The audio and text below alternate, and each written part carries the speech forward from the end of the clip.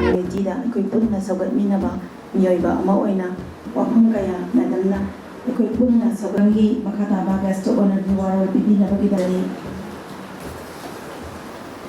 ꯑꯍꯥꯟꯕꯗ ngasi National Program Directorate of Health Service ki Director. In today's President ki Pambum Lamphel Election ki Dr. Deafness Dinesh Aroyada akoigi Madam Srimati Manjari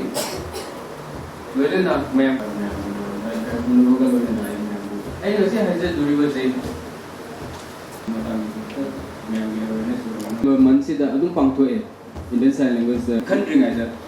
deaf oiba deaf human rights ki mamang da hana Indian Sign Language